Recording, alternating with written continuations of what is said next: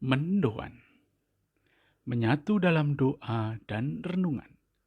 Dari Katedral Kristus Raja Purwokerto, Selasa, 5 Januari 2021 bersama saya, Romo Giovanni Dodi Kurnianto. Saudara-saudari yang terkasih, salam sehat berkah dalam. Mari kita renungkan sabda Tuhan dari Injil Markus, bab 6 ayat 34 sampai 44. Kita siapkan hati kita untuk mendengarkan sabda Tuhan. Dalam nama Bapa dan Putra dan Roh Kudus. Amin. Tuhan bersamamu dan bersama rohmu. Inilah Injil Yesus Kristus menurut Markus. Dimuliakanlah Tuhan. Begitu banyak orang mengikuti Yesus. Ketika Yesus melihat jumlah orang yang begitu banyak, tergeraklah hatinya oleh belas kasihan kepada mereka, karena mereka seperti domba yang tidak mempunyai gembala. Lalu mulailah ia mengajarkan banyak hal kepada mereka. Ketika hari mulai malam, datanglah murid-murid Yesus kepadanya dan berkata, "Tempat ini sunyi, dan hari sudah mulai malam. Suruhlah mereka pergi supaya mereka dapat membeli makanan di desa dan kampung-kampung sekitar sini." Tetapi jawab Yesus, "Kamu yang harus memberi mereka makan."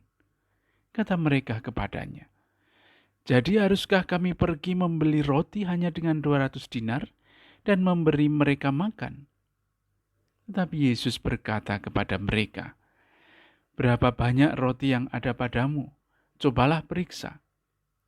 Sesudah memeriksanya, mereka berkata, 5 roti dan 2 ikan. Lalu Yesus menyuruh orang-orang itu supaya semuanya duduk berkelompok-kelompok di atas rumput hijau.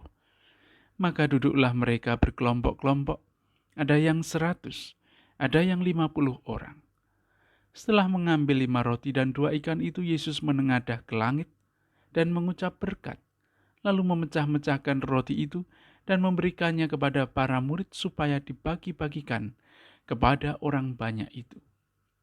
Begitu juga ikan itu dibagi-bagikannya kepada mereka semua, dan mereka semua makan sampai kenyang.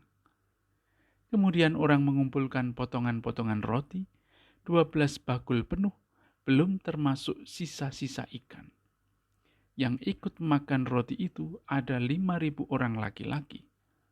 Demikianlah Injil Tuhan. Terpujilah Kristus. Pernahkah kita merasa sangat kecil dalam kehidupan ini? Pernahkah kita terlalu mudah mengatakan, "Maaf, jangan saya, orang lain saja"? Pernahkah kita merasa sangat tidak pantas di hadapan Tuhan? Dan pernahkah kita berkata kepada Romo yang meminta kita untuk membantu pelayanan di gereja, "Jangan saya, Romo, saya tidak bisa"? Hari ini kita mendengar mujizat penggandaan roti dan ikan. Kita bisa bertanya, siapa yang membuat mujizat? Jawabannya pasti adalah Tuhan Yesus. Tetapi kalau kita bertanya, bagaimana awalnya sehingga mujizat itu terjadi? Mungkin ini yang perlu kita perhatikan. Mujizat itu terjadi berawal dari persembahan kecil para murid kepada Yesus, yaitu 5 roti dan 2 ikan. Sesudah memeriksanya, mereka berkata, 5 roti dan 2 ikan. Demikian dituliskan oleh Markus. Jadi, saudara-saudara, janganlah berkecil hati.